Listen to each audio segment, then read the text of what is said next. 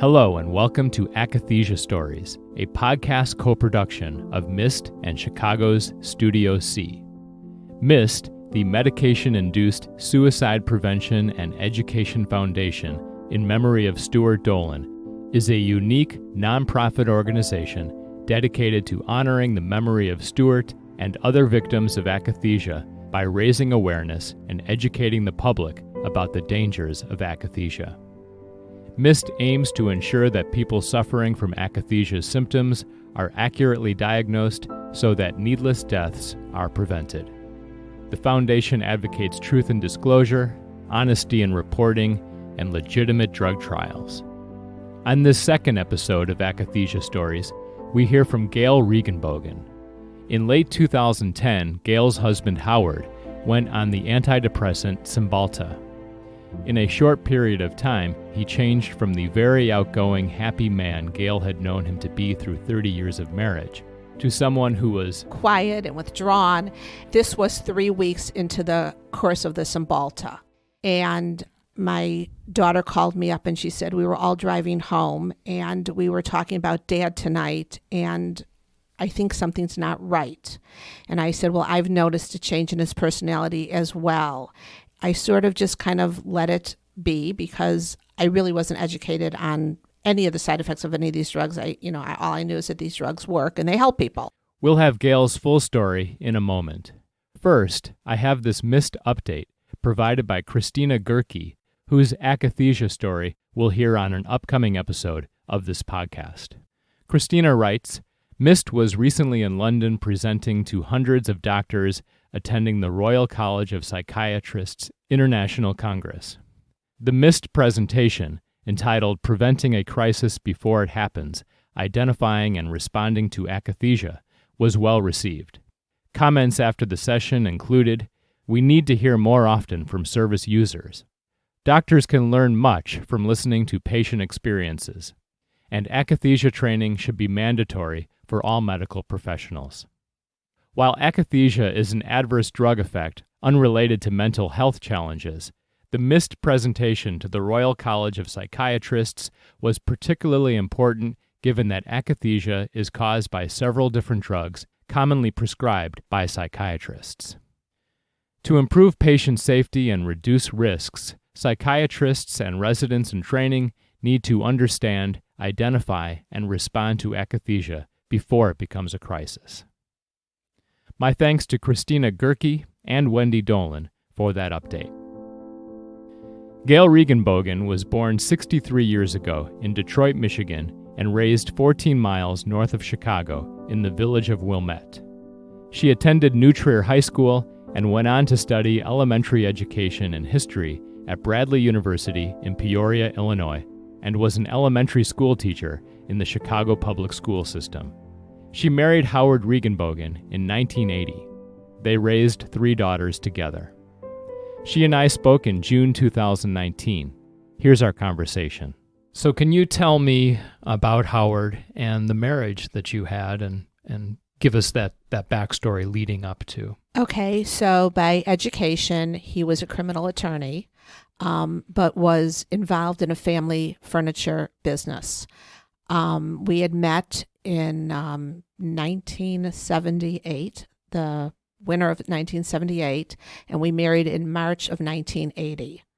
We were married for 30 years, and in the fall of 2010, he started to develop a shoulder injury. He was a tennis player, his first love, and he wasn't able to play as much or as hard as he would have liked.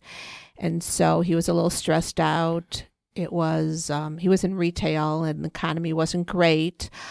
So he had a lot of work-related anxiety as well.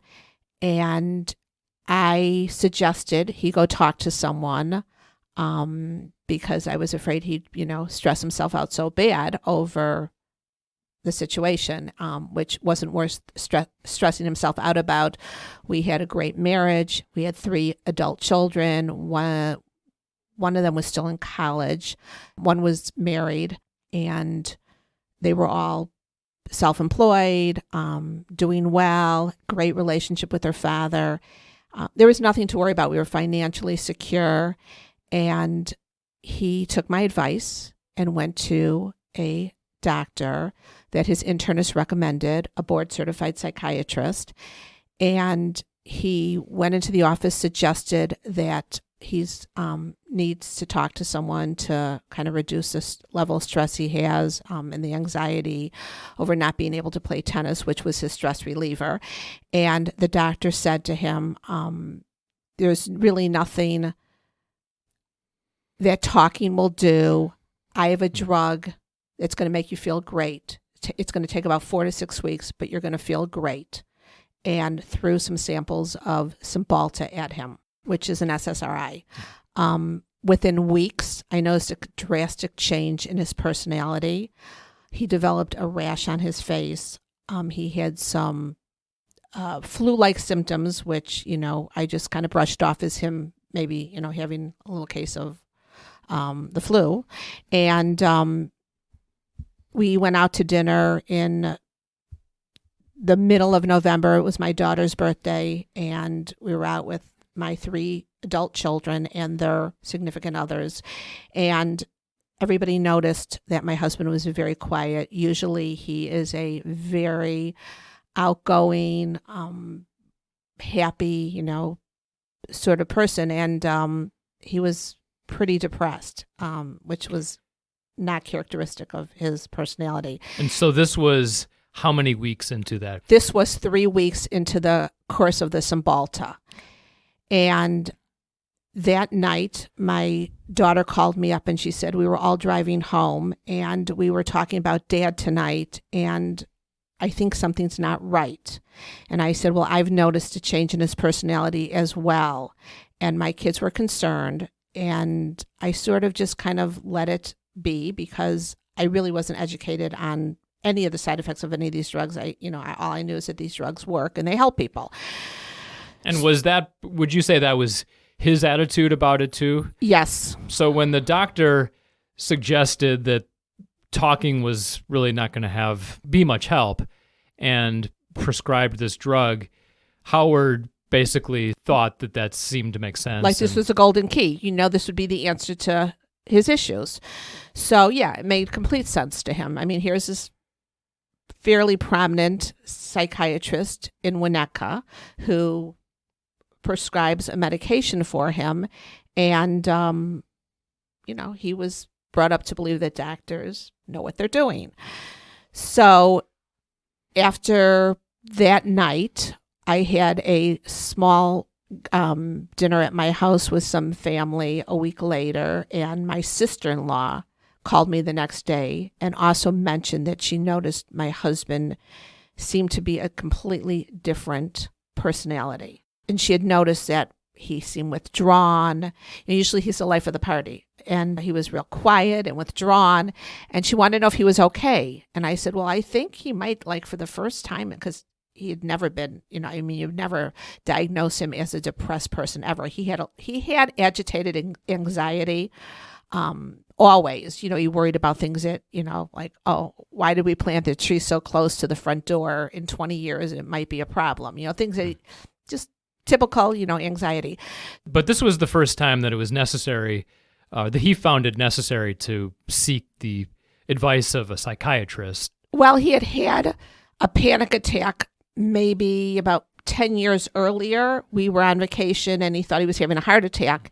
And when he settled himself down and realized that it wasn't, I said, I think you maybe just had what's called a panic attack. And he went to his internist, who then also sent him to a doctor, and they gave him, like a benzo to relax if that ever happened again. And he also was taking Ambien. So he occasionally had to see a doctor, I think twice a year, just to, refill a prescription if he needed it or whatnot. But he was never diagnosed with depression ever at any time. And never had shown this sort of behavior. No behavior like that ever, and no suicidal ideation at any point in his life. And so when my sister-in-law called and made mention of it, I said to my husband, this is not okay. Something isn't right, and you need to get off of these drugs. And he said to me, you're correct. I don't feel right. So we went to his doctor, who I had never met before. And when you say drugs, you just mean the The one. Cymbalta and the Ambien. I didn't even okay. Yeah, the doctor. You were thinking of them together then. Correct. You were thinking that they were possibly having a... Like I kept saying, get off this. I called it a cocktail of drugs. But I knew in particular it was the Cymbalta that seemed to be creating a problem. So I said to him, I want to see your doctor along with you. I want to go with you, and I want to, figure out what's going on here. So he agreed, and he made an appointment. And the following week, this is now 5 weeks. I think about 5 weeks, maybe 4.5, 5 weeks into it. We went to the doctor, and I said to him, hi, I'm Gail. I'm Howard's wife, and I just want you to know that I think the drugs that you have put my husband on are not good for him, and I really think he needs to get off of them. And I said, I'm not comfortable with what I'm seeing. And why did you think it was your role to do that? Was he also He telling was the doctor almost, that? I thought it was my place to go with him to see the doctor because I was afraid that my husband was sort of getting scared. He knew something was happening. He couldn't quite pinpoint it. And I was afraid that he wasn't going to be able to convince the doctor that the drug was not good for him, because he had called the doctor maybe a week earlier when he wasn't feeling well, and the doctor said, these drugs take time. So I was afraid he was going to come home and say, okay, I need another couple weeks. I knew right then and there, I have really good instinct. I always have good intuition, and I knew that something wasn't right. I felt it. So I insisted on going with. I wanted to be an advocate for him. And so the doctor looked at me when I said to him, I think these drugs are hurting him, not helping him. He looked at me and he said, who's the doctor, you or I? So with that, I kind of kicked my husband under the table, like, we're done with this man. This is not okay to talk to me like that. And I said to him, I go, I understand, but I think these drugs are hurting him and I want him off of them. And he said, I'm the doctor, you're not. Let me decide what works. Then the doctor, I started to explain to him all the side effects that I was seeing that I assumed were, reaction to the drug. And he then agreed with me that this was not the right drug for him, but that he needed to be on another SSRI, that he had to be on a drug, that was the only answer for him, and that we're going to change the one that he is on and switch it to another one. And me being, also raised to believe that doctors kind of know what they're doing, I suppose. And I know nothing about drugs. I've never been, heavy into drugs in my life. So I just said, okay, thinking, maybe this wasn't the right one. Another one might work. So he said to me, I'm going to put him on Prozac, but I can't just take him off of the Cymbalta. I have to add the Prozac and then slowly wean him off of the Cymbalta. Again, I know nothing about drugs. I'm not a psychopharmacologist. I don't know anything about adding and subtracting drug dosage. So I agreed. I said, okay. And he said, for a week, I want you to be on both, and then I'm going to slowly take you off of the Cymbalta. So when you went in for that appointment, because this doctor had said, we're just going to put him on this drug, there's no need to talk, had he been seeing Howard on any sort of regular basis, or was this kind of a follow-up from that initial? So when he switched the medication, it was the second time he had seen him. He put him on the drug and didn't want to see him again until 6 weeks, when he said it was going to take effect. So to me, the fact that he's so insistent that Howard needs this is the only course of action. I mean, it's troubling, because he hasn't been seeing him on any sort of regular basis to know how Howard is doing. Correct. And that's what psychiatrists do. They believe that, many of them, I shouldn't generalize, but many of them believe that drugs are the answer. And I just want to tell you that I'm not anti-drug. I do believe that a lot of people could not live their lives without these drugs. They help millions of people, be the best that they can be. But there are side effects. And unfortunately, my husband was a victim of a side effect. There are of people that take these drugs that can't handle the serotonin. And at the time of that prescription, were the side effects spoken about? For example, did the doctor indicate that any of these things might happen? Or Absolutely not. He had no answer to any of it. He just said, I agree with you. The drugs seem to not be working well for him, but he did not say, yes, I know that a rash on your face and, a stomach issue and urinary issues are all side effects of this drug. He did not say a word. And there was no discussion at the time of prescribing the drug initially of possible side effects. Correct. Zero. And just threw some samples at him when he was in his office and said, try them. They're great. So he switched him to the Prozac. A week later, it was right before Christmas vacation. My parents own a home in Florida. We always spend Christmas down when they're with them. And this is the week in which he's on both. Correct. So I left to go to Florida. My father had not been doing well. So my husband was going to fly down with my children on Sunday, and I went down on Tuesday, 5 days early, to spend some time with my mother and my father because my father was not doing well. And my daughter, who was in her mid-20s at the time, was living in the city. I asked her if when I went to Florida early, if she would stay at the house with her father, because I was worried about leaving him by himself. He didn't seem to be himself. And she agreed. So I leave on a Tuesday. On Wednesday, he's supposed to go off of the Cymbalta and just be on the Prozac. He had such debilitating withdrawal that day that my daughter didn't know what to do. She said my husband called the psychiatrist, his doctor, from the house phone, and my daughter was so concerned with my husband's behavior that she listened in on the other line of the phone conversation to hear what was going on. And the doctor started yelling at my husband when he said, I'm not feeling right. I feel like I've got some terrible withdrawal from going off the drug. I'm jittery. I'm uncomfortable. I don't feel right. And my daughter said the doctor yelled at him and said, well, then stay on it for another week and let's see what happens. So my husband went back on the drug. So now he was on 2 drugs now for a second week. And what I didn't know then, but what I know now, is he was slowly building up what's called the Serotonin Syndrome. He had an overdose of serotonin, which his liver could not filter out.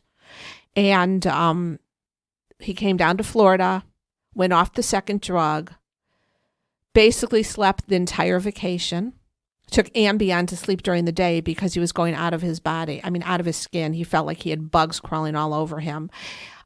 He had hypothermia, which at the time, I thought he was coming down with the flu. He was out by the pool. It was 80 degrees. He had a sweatshirt on. He had a towel over him. I was shocked.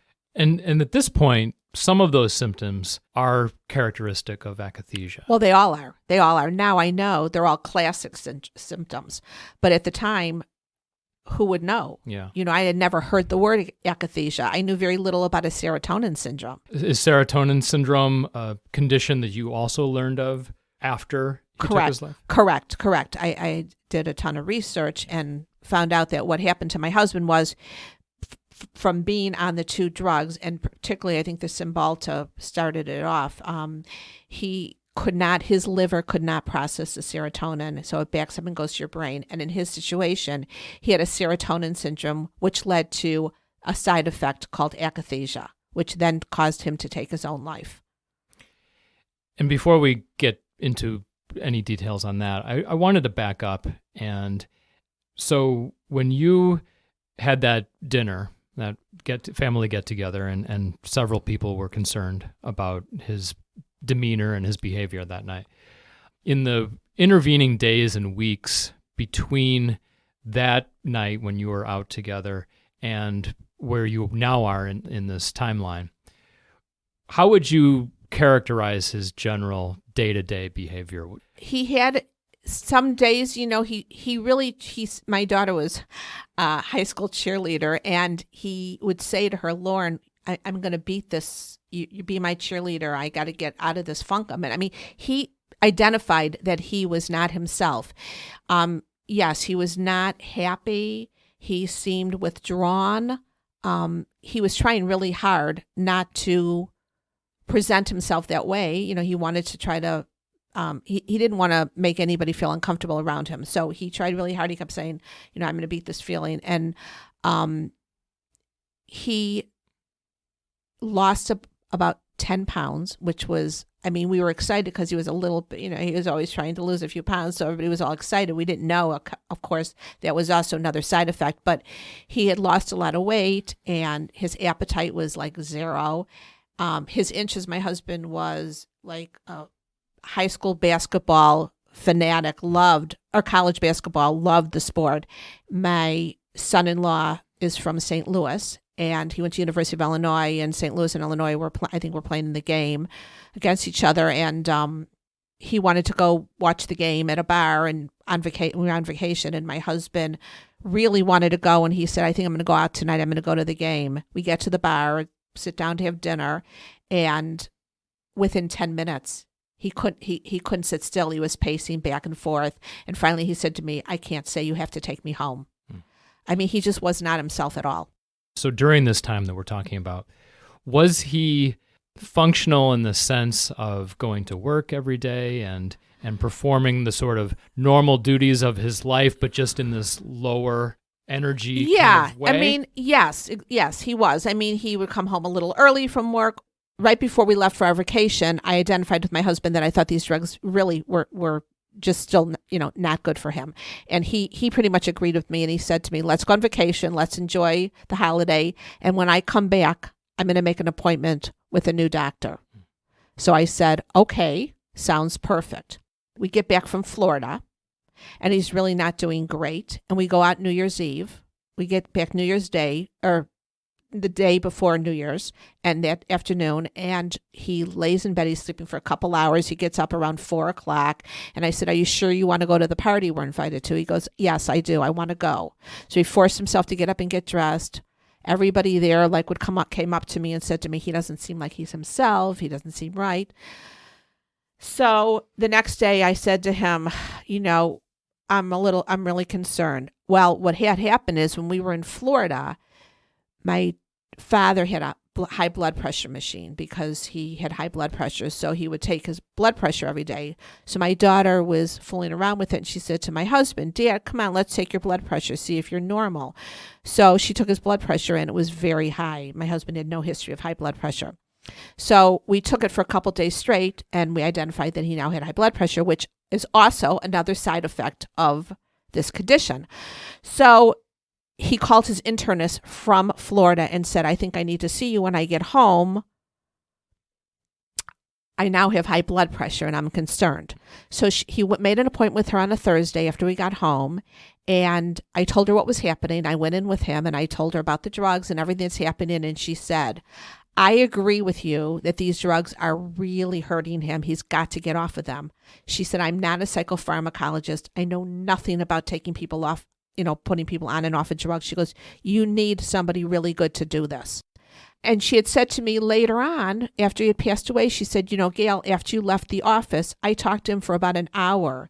And he was so excited about your kids and what they were doing with their life. And he was so happy with, your relationship. And she said, if I thought at any point he had any suicidal ideation, she said, I would have marched him right into Northwestern Hospital. She said, he was perfectly fine. She said, we both agreed he had to get off these drugs, that there were other ways to deal with it. And so we were on the same page. So that was on a Thursday. The following week, he killed himself. I woke up that morning. He was on the computer. We were planning on going to Greece that summer, and he was planning our trip. And it was right before Valentine's Day, and he was looking for something for me for Valentine's Day. He was online talking to a jeweler about a necklace for me. And he seemed great. Really good. And ever since he was diagnosed a week earlier with the high blood pressure, he made me make him lunch every day. So he was trying to be healthy, and just try to take care of his issues. So we went downstairs. He was getting ready to leave for work. It was about 9:00. He runs out the door. All of a sudden, he runs back into the kitchen. He goes, oh, my God, I forgot my lunch. So I grab him his lunch, give it to him. And he goes to work, and I go to meet some friends for breakfast. And after breakfast, I get back to my house, and I call my husband, and he doesn't answer. And it's unusual that by 11 o'clock he hasn't called me yet just to see how I am. We would talk several times a day. And Which speaks to the kind of relationship that you have. Yes, yeah. Yes. And so I called his store that he was managing, and nobody answered. And I was concerned. Which must also be weird because it's a store. Very weird, very weird. And he's always, on time, and someone's always there. So, well, maybe he's getting deliveries out in the back. He's getting the trucks all, ready. So I patiently waited, and about a half an hour later, when I didn't hear from him and his cell phone didn't answer and nobody was at the store, I got concerned. And then people at the store were calling me because they were trying to get in to go to work, and he wasn't there. So I got nervous. I called my sister-in-law, who ran over as fast quick. She lived in the city, but she got on a train and came out to the suburbs. And I said, I don't know what to do. He's missing. I don't know where he is. So I called the police. Okay. And until this time, you had some, many causes for worry, but it sounds like you never had another incident like this where you just were alarmed. Never, really never. And I was shocked. I was in shock because if I would text my husband or if I would call him no matter what he was doing, within 10 minutes, he would call me back or even send me a text, busy, can't talk now. And when I got no answer from him for probably now is going on maybe an hour or two, I was very concerned. So my sister-in-law came over, and in the meantime, I called the police. And the police came over, and they went on his computer to see if there was anything they could get out of it. And he said, well, I don't know if you know what's on this computer. You might not be comfortable if we find things. I said, I promise you, my husband was an open book. We had an amazing relationship. He shared everything with me. There is nothing I don't know. So went on the computer. We found nothing. Because he said lots of times they have girlfriends. Maybe he's in a hotel with a girlfriend. Let's look at his credit card, see what's charged on it. I said, you're not going to find anything. We started calling all the hospital emergency rooms. We thought maybe he was in an emergency room. We got nothing. We called all his credit cards to see if there was any purchases made, if we could track where he was. We found nothing. So this went on for quite a few hours. Police left my house, said they're going to, they'll send cars around, they'll look for him, they'll see if they can find anything. Nobody could really come up with anything. And it was maybe my brother-in-law left work. He came over, and now we're about 2:00 in the afternoon, and I'm getting really concerned. So brother-in-law comes over around 2:30, 2:45, and he says to me, my brother-in-law is very smart, and he said to me, where would he go? Is there anywhere he'd go? And I said, no. He goes, how about your parents' house? My parents have a condo in Northbrook, and they were in Florida for the winter. I said, no, he would never go in their house without me. I mean, he would never walk in my parents' house without telling me he was going there or me going with him. He's very respectful of their place. He goes, let's go over there and let's just check it out. So I go in my laundry room to get my mother's keys, which I kept in a hook in the laundry room, and they were missing. And all of a sudden I remembered that before we went away on vacation, my parents had asked me to bring something down from their house. So my husband and I went there at night to get the papers that my father needed, and I must have left the keys to my parents' place in my husband's car. So what I now know was he was driving to work. What Dr. David Healy has told me, who I'm not sure if you know who Dr. David Healy is. He is a internationally renowned psychopharmacologist out of Wales. He was one of the first to identify the connection between SSRIs and suicide in the early 90s. And I had spoken to him. I had met with him, and he had told me that... At what point did you speak to him? After my husband passed away, I started doing some advocacy work, and I had met up with him on several occasions. And what he had said to me and a group of people was that when akathisia hits, there's about a 10-minute window. And when it hits you, you're perfectly fine until it hits you. And you feel like your body's on fire. Death is a welcome relief. And you don't even know who you are. It wasn't like it hits you and you could say, oh my God, I got to call my wife and tell her I'm freaking out. You don't even know who you are. All you know is you need to die. And so he must have started feeling it coming on. as he was driving past my parents' condo, which is on his way to work. And he must have, in my opinion, gone there to settle himself down before, it all happened, because he walked into my parents' home, and when we found him there, his shoes were at the front door. He took his shoes off. If you're going there to kill yourself, I'm not sure you want to take your shoes off at the front door. Took his shoes off, took his wallet and the change out of his wallet and stacked it up like he does every night, next to the bed, and he laid down. And then what we're thinking is that the akathisia kicked in, and he paced a little bit. He knew my father had a gun at his house, had it for years, never used it. And my husband knew where it was. So my guess is that he went to get the gun and then used it on himself. And by the time we found him, it was about 3:30 in the afternoon, when my brother-in-law came over and suggested us going there. When I saw my keys missing, I said, "Oh, you're right, he's probably there." And I was excited when we pulled up into the parking lot and I saw his car there with his little lunch in the front seat, because I thought, he's probably sleeping. And I was giving him a hard time about, how much he was sleeping lately. So he probably was afraid to come home. He didn't want to start with me. So he just went to my parents to rest. So this is relief for you when you relief. I'm completely relieved. I think, oh God, he's fine. He's just sleeping. So anyway, so we found him there. And we called the police, because I had no key to get into the place because he had my key. So we called the police and we said, we found him. He's at my parents' house. So the police came over and they had to break into the door. And I thought, oh God, he's going to kill me when he finds out that I've sent the police there to get him. I stayed in the lobby of the building. They didn't want me to go up. One of my daughters was with me. She had found out he was missing. She came running over. Then another one had called home, and she knew something was wrong. So so I was sitting there with two out of my three daughters, and at this point, you're still feeling that sense of relief and hope. Yes, but also there was a little part of me that was scared. I was a little scared, but I really thought he was going to be fine. Did the police presence and their sort of telling you to stay in this one area, did that kind of increase the fear that you had? Yes. Because I think they were fearful that they were going to find something that they didn't want me to see. And maybe that hadn't even necessarily been front of your mind. It was the last thing. If you had 1 million people in a room, my husband was the last person that you would think would ever do something like this. So yes, that was not even a thought in my head. But I have to tell you, there was a little bit of an edge that something wasn't right, but I never in a million years thought he killed himself. So the police go up, and within 5 minutes, they come down off the elevator, and they say to me, "I'm very sorry." And the rest, I started screaming. I mean, I don't even remember, what happened next. And it was a blur for the next couple hours. And then that night, I had a house full of friends come over, and one of them said, "Akathisia." I said, "What?"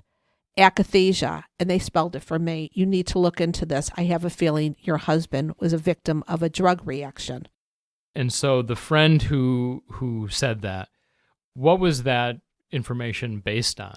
She had a friend that had lost her husband 6 months earlier, and they had found out that it was the result of a drug-related incident, that he had a drug reaction. And it was called akathisia is what the term is called. And she had heard about it and had lived through it with her dear friend and her late husband. And she said to me, "Your husband reminded me of Stuart," which is the name of this gentleman who had passed away. And she said, "I think you need to look into this. I have a feeling something isn't right." So that night, one of my friends who was over, who's a doctor, went on his little PDA and looked at the drug reaction with Cymbalta and Prozac, and it said lethal combination, never to be given together unless all other measures were used, and for sure not for 2 weeks. And anyway, it all started to fall into place. And that night, I stayed up all night and I researched akathisia, suicide, SSRI drugs. While being deeply in mourning.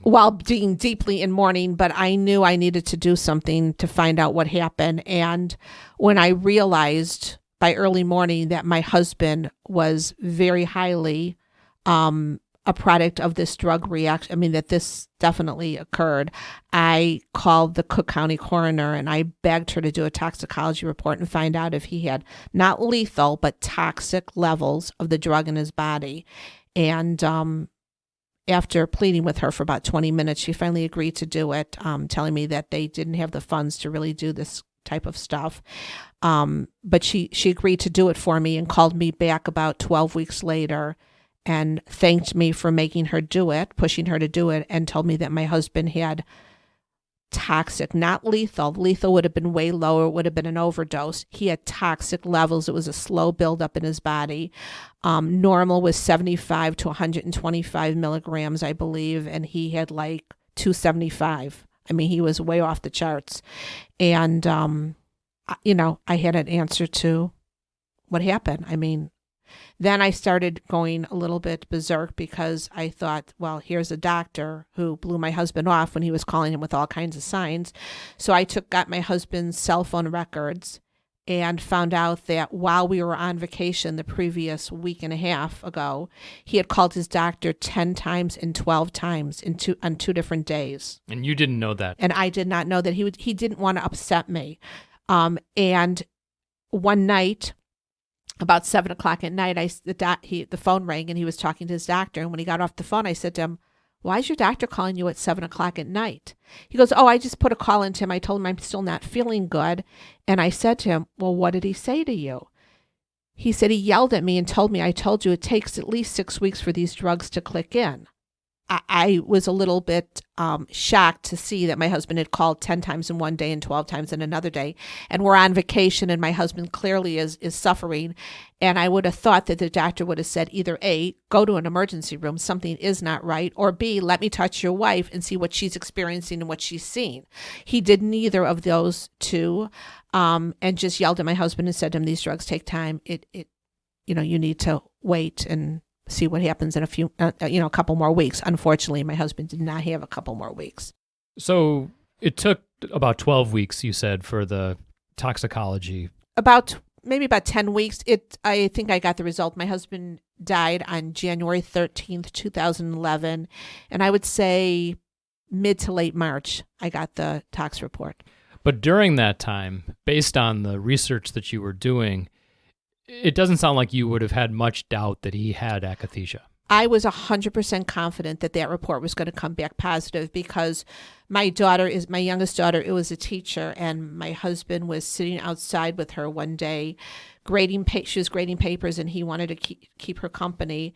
And it was about 90 degrees out, and he's outside. I have a picture of him that I kept looking at, wearing a sweatshirt and a towel around him. He was shivering.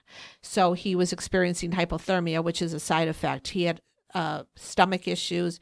He also, when he went to his internist, when we got back from Florida to deal with the high blood pressure, he found out that he had a urinary infection as well. He went to his urologist as a follow-up. So those are all side effects as well of the akathisia.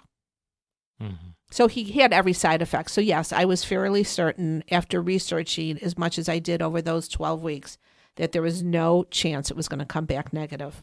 I'm sure you had some interest in talking to this doctor who had failed you so much. Did you talk to him? So interesting. Right before my husband passed away, he called the doctor in preparation for his new appointment with the new doctor and said to his old doctor, "Can you get my medical records all together for me? I'm actually going to seek a second opinion."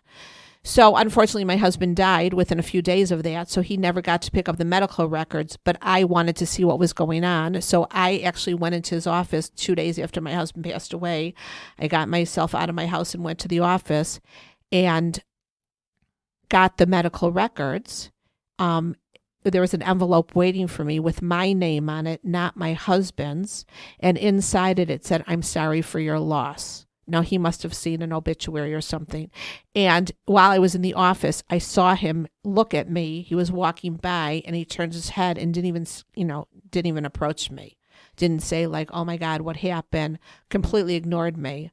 Well, to me, that just reflects the kind of indifference that he seems to have had from the outset. Correct. And I started proceeding with the lawsuit, which went on for about 4 years, and we just ended up dropping it because, they wanted to go to trial. And Well, who was the target of the lawsuit? his doctor, his psychiatrist, for medical malpractice. I was doing a medical malpractice lawsuit, and the doctor didn't want to settle, and they wanted to go to trial, and it was complicated, and it was 4 years, and it just wasn't worth it for me to put my kids through it anymore. And for various reasons, I dropped the lawsuit.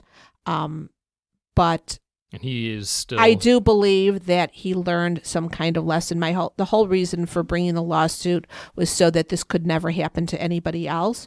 So I think in the interim of the 4 years that the lawsuit was pending, I think he probably educated himself enough that he realized what happened and learned enough that this probably will not happen again to another one of his patients. I'm hoping anyway that he was smart enough to do that. Yeah. And in the intervening years now, because it will be 9 years in January. You have taken this effort elsewhere and tried to educate as many people. Correct. So I sit on a board of a non-for-profit called MISSD, which raises awareness about the side effects of not only SSRIs, but many drugs. And I have been to Washington at a conference called Selling Sickness, which addresses, the side effects of not only drugs, but, other devices and medical negligence. And you continue to do this work. And I continue to do this. Yeah. I just continue to be a part of an organization that's just doing wonderful things to educate the public about the side effects of drugs. What things has that involvement with MISSD brought to your life? I mean, you've come to know all of these other people who have, if not very similar stories, at least somewhat similar stories. And, I'm sure that they've had an impact on your life and you would not have otherwise met them. Correct. And also, first and foremost, I feel like my husband's death was not in vain because I've been able to educate so many people and teach, so many, teach them my story so then they can then go out and teach that story to other people. And I've had so many people over the years tell me that because of my story, they were able to get someone off of a drug that they thought wasn't looking good or prevent something that possibly could have happened because of my story. So I feel good about that. I know that you yourself and MISSD as an organization, neither is anti-drug. Correct. But looking back, putting aside the lethal side effects that the drug had, do you think Howard should have gone on that prescription to begin with? Absolutely not. Absolutely not. I don't think he was a candidate for an SSRI at the time. I think that what he needed is a good therapist to talk to him. I'm not sure that drugs were the answer for him. Again, he never had any depression, and he never had any suicidal ideation. He had a little agitated anxiety. I'm not saying that a little benzo once in a while, like lorazepam or Klonopin, wasn't a good idea to calm him, when he got a little worked up. But as a one-off. As a one-off, but certainly not a prescription for an endless supply like his doctor gave him, plus giving him Ambien. Ambien is a drug that should be used 2 weeks at a time, if you're having some sleep issues, but it's not a drug that you should be on for months or years. He was completely mismanaged with drugs, completely. I mean, he had a doctor who just wasn't paying attention.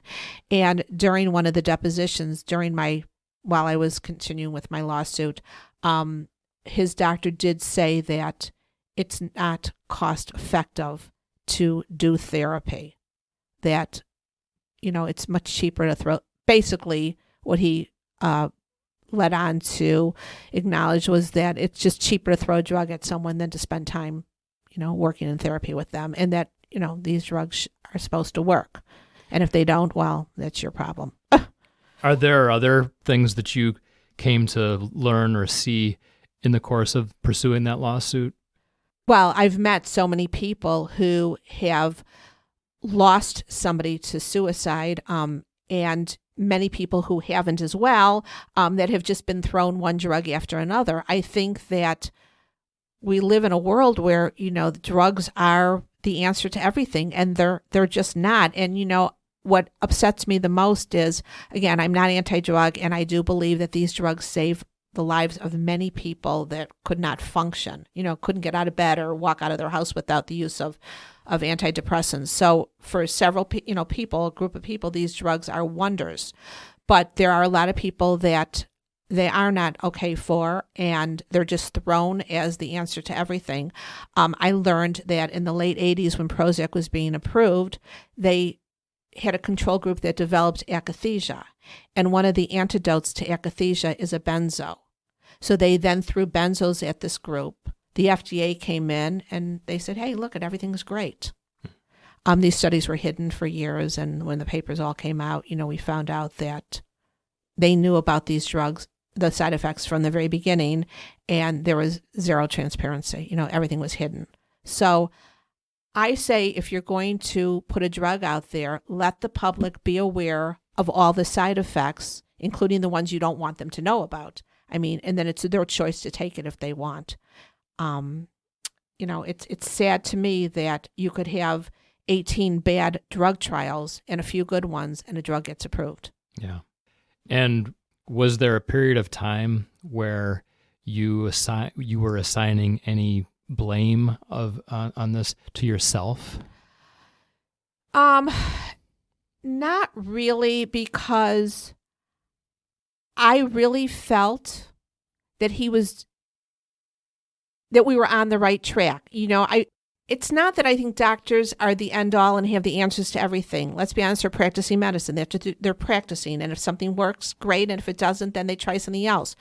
But I have been raised, like I said, to believe that doctors, know what they're doing. And so, and again, I never did drugs in my life, so I really don't know much about drugs and the side effects, and certainly not SSRIs. So I thought, okay, this isn't helping him, it's hurting him.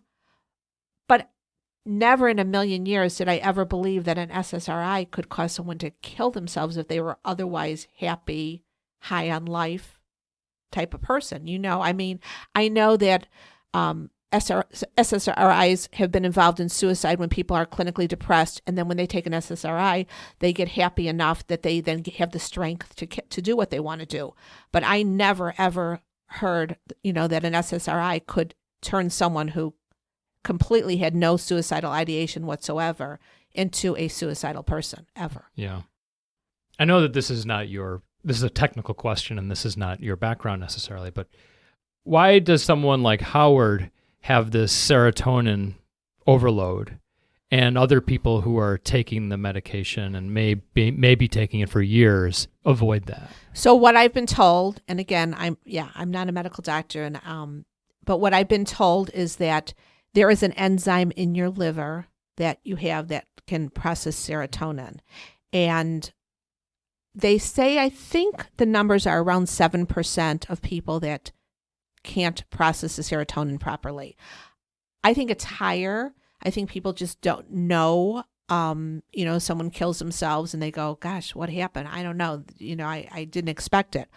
Well, if they don't know about the side effects, they're not being tested. They're not reporting statistics. So, but what I'm told is about 7% of people do not have the enzymes to properly process the serotonin, which then backs up in their brain, and they call it a heart attack of the brain. And, you lose your whereabouts. And so that's what you think Correct. happened. Yeah, that's what I've been told. So what is the most important thing that someone listening to this can take away from your experience? I think you have to be your own advocate. If something doesn't seem right, if it doesn't make sense to you, then it probably isn't right.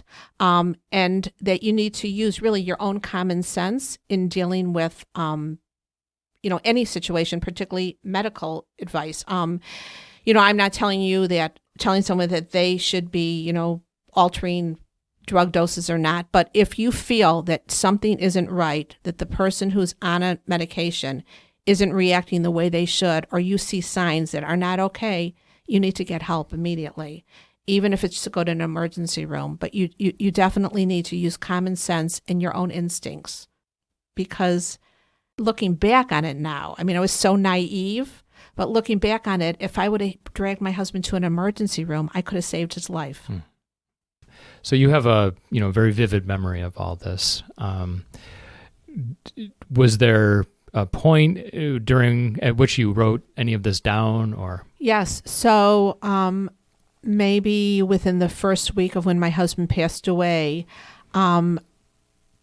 I took out a piece of paper and a pencil, and I sat and I wrote the entire story from the minute he started going on the drugs to the day he died, because I never wanted to forget really any of the important details of what happened. And I knew that as the years go by, as good as our memories are, they start to fade and the details sort of blur into one another. And I just thought it was important to document it and have it. So I do have a little essay, I call it my little essay, of his story. And is this something that you ever refer to? I did in the past. I have really not looked at it in quite a few years, but I did in the very beginning. I used to read it a lot. Yeah. It was hard for me to conceptualize what happened. I mean, it was unfathomable that this would have happened to him. So, yeah. And it also provided you a tool in the lawsuit that you pursued. Correct. So I had all the details pretty clear.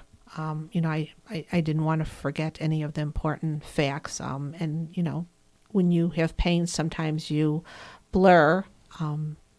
Yeah. So I didn't want that to happen. I assume that the answer to this is going to be similar to what you've been kind of articulating. But what motivates you to do an interview like this? And is it a painful experience recalling this?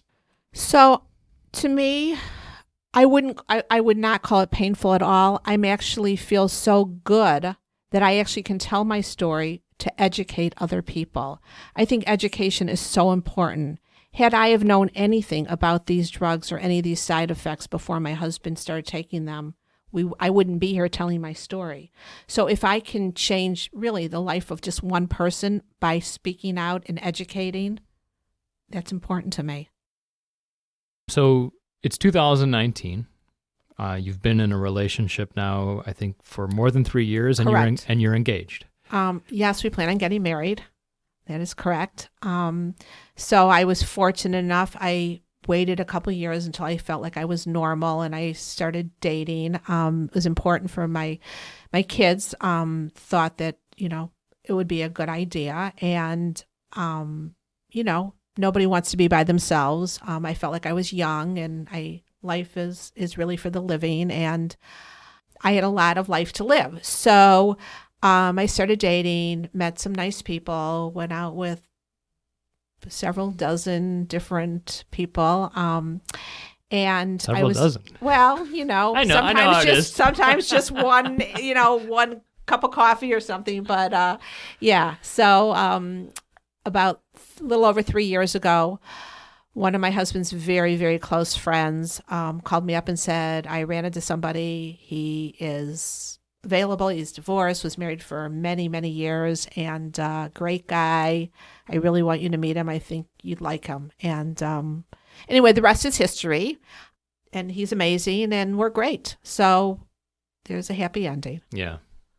I also now have 7 grandchildren, 5 and under. So that's, takes up a large part of my time, spending time with them. And my kids are all married, and they seem to be functioning really well and happy. And so life does go on, and everybody's doing well. Yeah. And how long would you say it took your immediate family to kind of work through? So I'm not sure that we're really ever over it. I mean, as happy as I am, and I am really as happy as I never thought I could ever be this happy again. I still break down and cry over if I drive by something that brings back a memory, or I look at a picture that I, have a remembrance of. Yeah. I'll cry.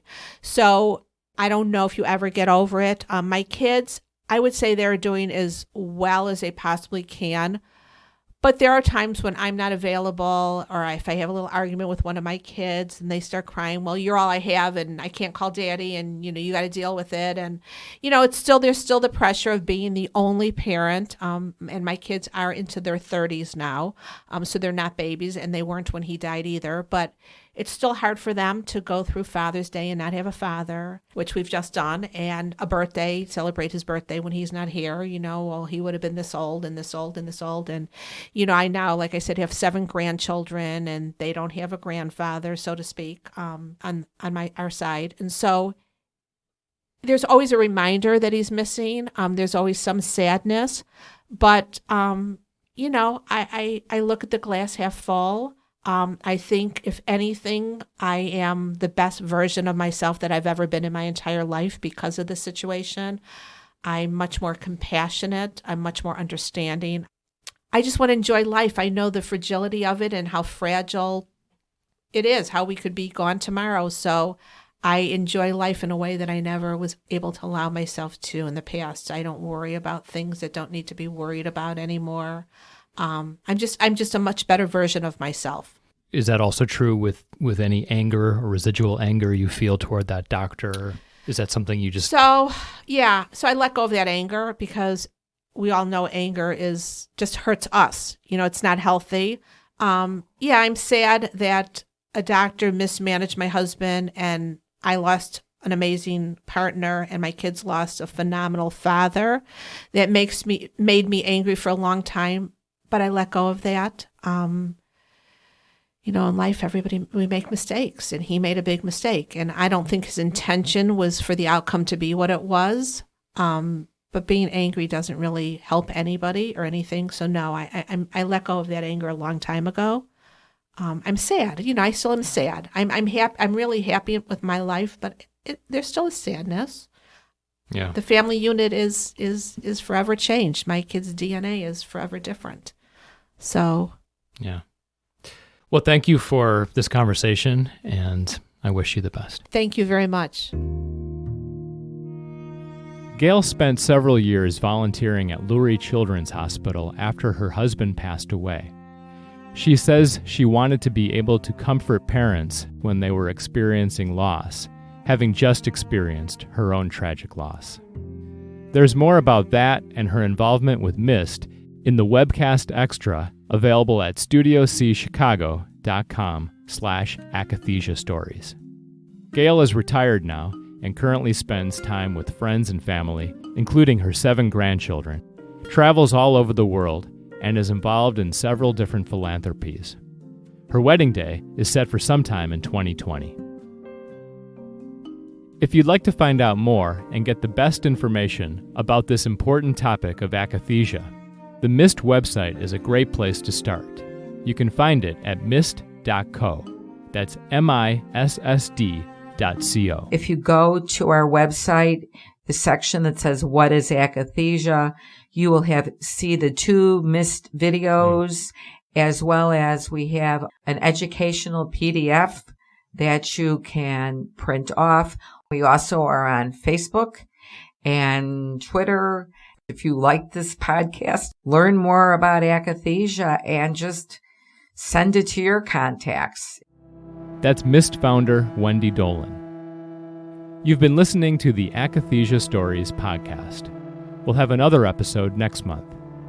If you'd like to share your own story for this podcast, please email studio.c.chicago@gmail.com. And please share this podcast and subscribe. I'm Andy Miles, and I'd like to thank Gail Regenbogen for her time and candor, and I'd like to thank you for listening.